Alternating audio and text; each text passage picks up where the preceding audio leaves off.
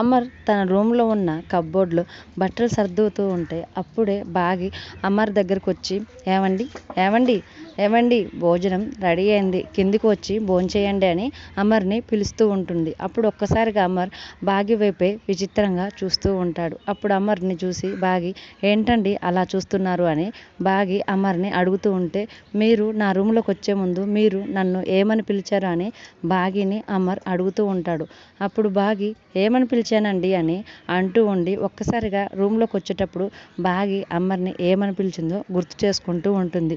అప్పుడు ఒక్కసారిగా బాగికి ఏమండి అని పిలిచాను కదా అని గుర్తుకు వచ్చి అయ్యో అలవాట్లో పొరపాటుగా ఆయన్ని ఏమండి అని పిలిచేశానే, ఇప్పుడు ఎలా అని అనుకుంటూ ఉంటుంది. అప్పుడు అమర్ ఒక్కసారిగా నిజం చెప్పండి, ఒక భార్య మాత్రమే భర్తని ఏమండి అని పిలుస్తుంది, నిజంగా మీరు పిల్లలకి కేర్ టేకర్గా వచ్చారా మా ఇంటికి అని అమర్ బాగిని అడుగుతూ ఉంటాడు. అప్పుడు బాగి మాత్రం అమర్ అంత ప్రేమగా అడిగేసరికి కాదండి నేను కేర్ టేకర్ని కాదు, నేను మీ భార్యని చెప్పేసరికి బాగి వైపు అమర్ ప్రేమగా అలాగే చూస్తూ ఉంటాడు.